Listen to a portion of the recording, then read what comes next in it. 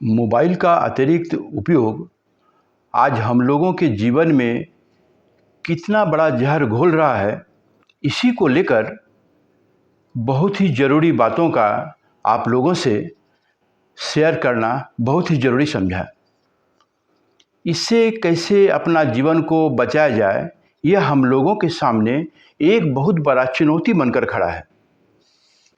अगर ये छोटे छोटे बच्चे घंटों मोबाइल में कार्टून पिक्चर देखता रहता है तो इसका अंतिम परिणाम कितना भयावह हो सकता है, इस पर खास करके बच्चे के माता पिता को और प्राय सभी को सावधान होने की ज़रूरत है। और यही स्थिति आज 18 से 24 वर्ष के बीच के युवाओं में बहुत अधिक है। इंटरनेट का ज़्यादा इस्तेमाल बच्चे और युवाओं में भ्रम की स्थिति पैदा करता है।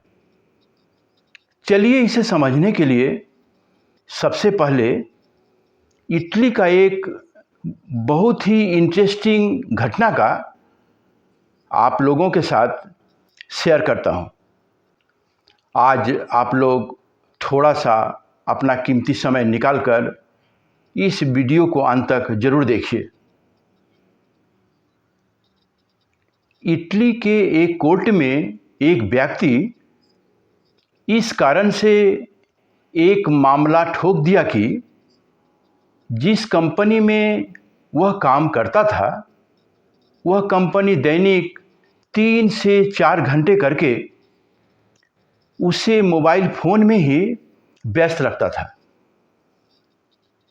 यानी उसे रोज़ाना 3 से 4 घंटे कंपनी का काम आगे बढ़ाने के लिए, यानी पार्टियों के साथ 3 से 4 घंटे रोज बात करना पड़ता था।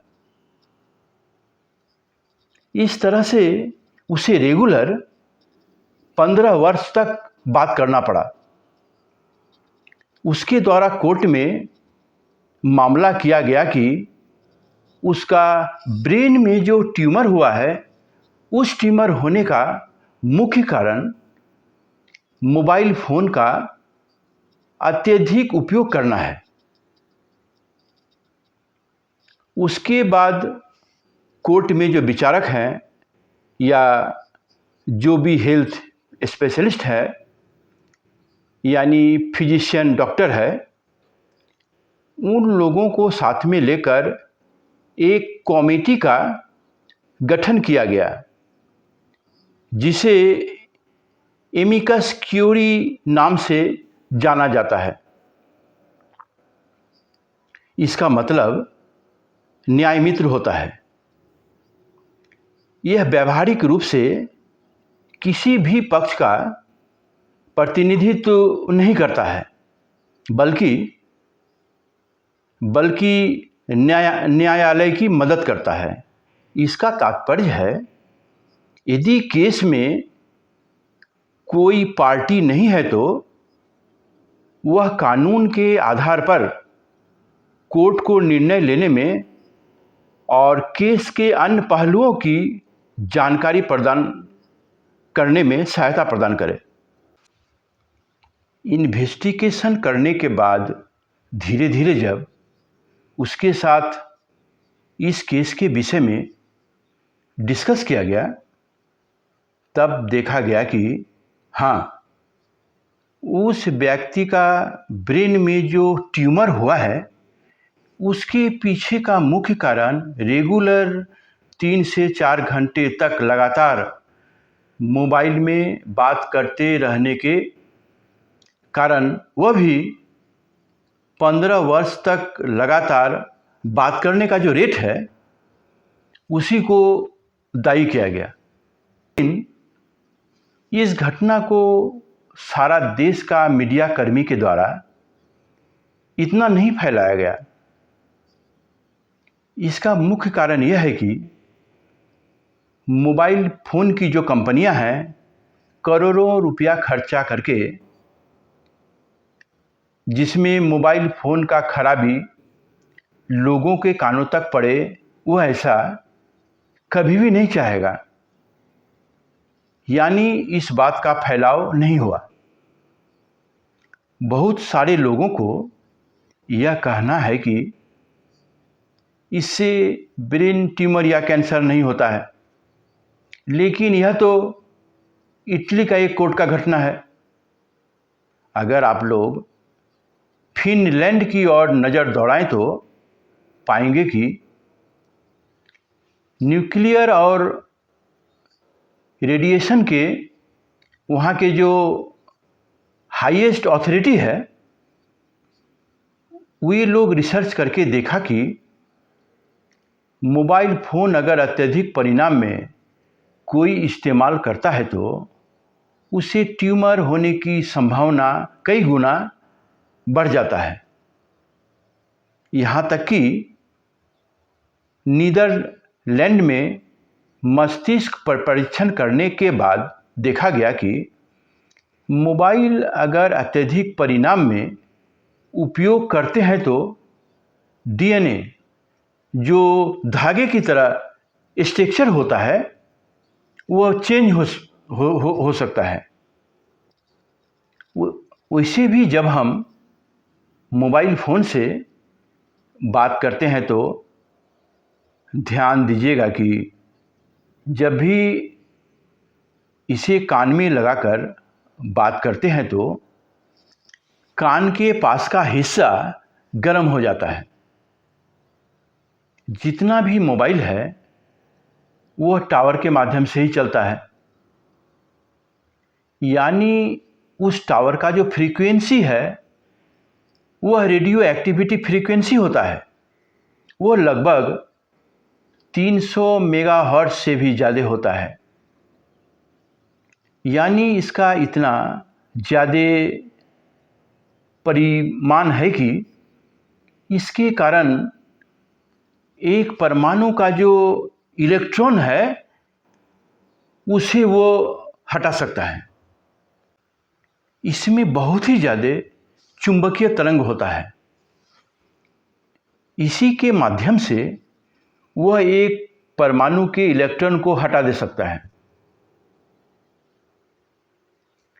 यानी डीएनए में जो परिवर्तन होता है उसे न्यूट्रिशन परिवर्तन कहा जाता है।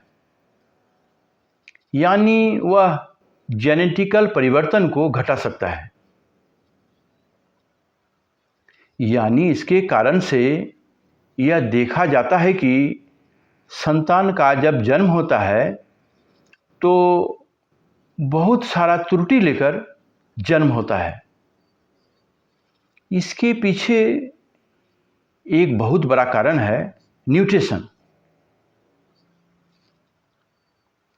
इसका जो रूप है वो बहुत ही भयंकर होता है। यानी हमने अभी आपसे 3 घटना का शेयर किया।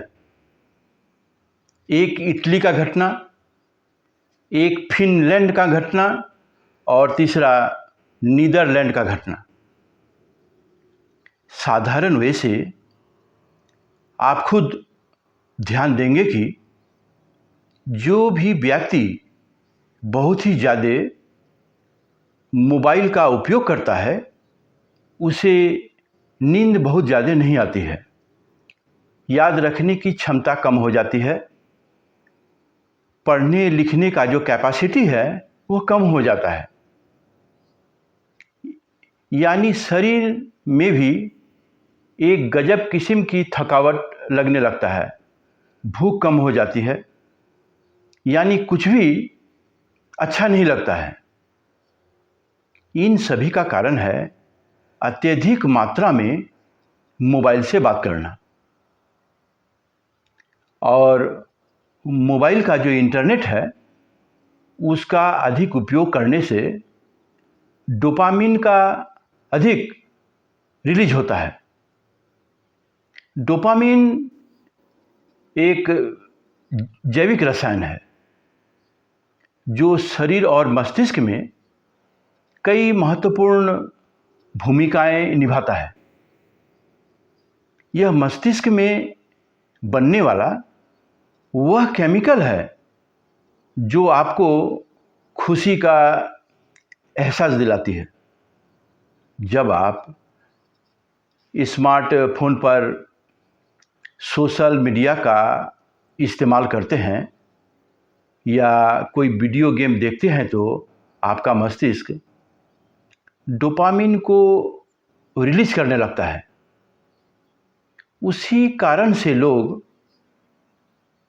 इस मोबाइल को लेकर घंटों बैठा रह जाता है और अंत में ऐसा हो जाता है कि वह मोबाइल के बिना रह ही नहीं सकता है, यानी आपको इसका नशा हो जाता है। डोपामीन ही वह केमिकल है जो इंसान के मन में कोई मनपसंद वस्तु खरीदने या किसी मनपसंद चीज़ को खाने या किसी मनपसंद जगह में घूमने जाने की इच्छा पैदा करता है। यानी यह वह केमिकल है जिसके कारण लोग जीवन भर अपनी इच्छाओं की पूर्ति के लिए भागता ही रहता है। इसीलिए हर हमेशा इस बात का ध्यान रखें कि जिस किसी भी काम में मस्तिष्क डोपामिन का अधिक रिलीज करता है वैसा काम गलती से भी ना करें। इसका मतलब हमें समझ जाना चाहिए कि मोबाइल फ़ोन से हम लोगों का मस्तिष्क के लिए, नींद के लिए, स्मरण शक्ति के लिए बहुत ही खराब है। इसके बाद दिमाग में चिड़चिड़ापन पैदा होता है। आप लोग गौर करेंगे कि छोटे छोटे बच्चों का जो दिमाग होता है वह बहुत गर्म हो जाता है। इसका मुख्य कारण यह है कि बहुत ही कम एज में पेरेंट्स बिना किसी कोई विचार किए हाथ में मोबाइल फ़ोन पकड़ा दिया है। ये छोटे छोटे बच्चे के हाथ में आपने मोबाइल पकड़ाकर घंटों उसे कार्टून पिक्चर दिखा रहे हैं। यह तो कोई साइंटिफिक रीज़न हो ही नहीं सकता है।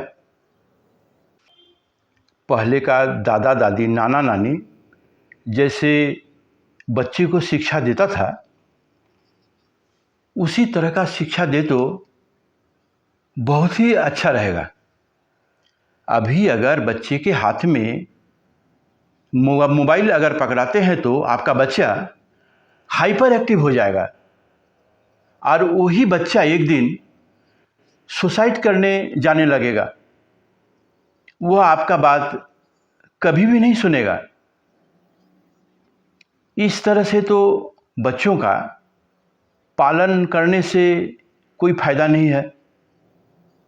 पहले से अगर आप थोड़ा तकलीफ करेंगे तो सारा जीवन आपको अच्छा हो जाएगा। यह बात कन्फर्म मानिए कि आज हो या कल सभी को यह बात समझ में आ जाएगा। इस मोबाइल के माध्यम से मस्तिष्क में ट्यूमर और कैंसर होने के साथ साथ बहुत सारा समस्या आने का संभावना बढ़ सकता है। आप बहुत सारे लोग ऐसा बोल सकता है कि ऐसा कोई प्रमाण नहीं हुआ है। आप एक बात की चिंता करके देखिए कि कुछ दिन पहले कोरोना के समय में WHO के माध्यम से यह कहा गया था कि यह कोरोना हवा के साथ नहीं फैलता है, लेकिन अभी कुछ दिन पहले पता चला कि यह हवा के माध्यम से भी फैलता है और अभी सामने में और भी बहुत कुछ पता चलेगा। कारण विज्ञान का आविष्कार तो कंटिन्यू चेंज हो रहा है। अभी अगर हम आपको कहें कि एक गिलास फॉर्मोलिन का जूस पीजिए, तब आप तुरंत बोलेंगे कि यह तो बहुत ही जहरीला चीज़ है, इसे आप कैसे पीने के लिए बोल रहे हैं। लेकिन आज से 20 वर्ष पहले 1999 साल में कनाडा के लोग घोषणा किया था कि फॉर्मोलिन स्वास्थ्य की दृष्टिकोण से बहुत ही हानिकारक है। अमेरिका का फूड्स एंड ड्रग एडमिनिस्ट्रेशन भी फॉर्मोलिन को 98 या 99 साल में बैन किया। लेकिन पहले फॉर्मोलिन को बैन नहीं किया गया था, कारण इससे किसी भी तरह का स्वास्थ्यगत समस्या नहीं देखा गया था। अगर कोई भी चीज़ प्रॉब्लम खड़ा करता है तो इससे जानने में भी तो कुछ समय लग ही जाता है। इसी कारण अपना कॉमन सेंस को ही अपना काम में लगाइए। मोबाइल फ़ोन जितना शरीर से दूर रखा जाए, जितना कम उपयोग किया जाए, बिना ज़रूरत इसका उपयोग कदापि ना करें। अगर आपको फ़ोन में बहुत अधिक बात करना पड़ता है तो लैंड फ़ोन का ही अधिक उपयोग कीजिए, यही अच्छा रहेगा। लैंड फ़ोन का रेडिएशन मोबाइल की तरह नहीं होता है। छोटे छोटे बच्चे को मोबाइल की जगह उसके हाथ में बुक पकड़ाएं। खाली समय में कोई खेल या भाई बंधु के साथ बातें करें। जब मोबाइल फ़ोन नहीं था तब का दिन याद कीजिए, हम लोग अभी से बहुत अच्छे थे। मोबाइल फ़ोन आपका मेंटल हेल्थ का सबसे बड़ा दुश्मन बन चुका है। आज भारत में 18 से 24 वर्ष के युवाओं के खराब मानसिक स्वास्थ्य और तनाव का मुख्य जिम्मेदार ये स्मार्टफोन है। इसीलिए जितना हो सके मोबाइल का इस्तेमाल कम से कम करें। बहुत ज़रूरी काम के लिए ही मोबाइल का इस्तेमाल करें और अपना जीवन को सुंदर बनाएं और सुखी बनाएं। बस आज का वीडियो मैं यहीं समाप्त करता हूं। आप सभी अच्छे रहें, स्वस्थ रहें। धन्यवाद।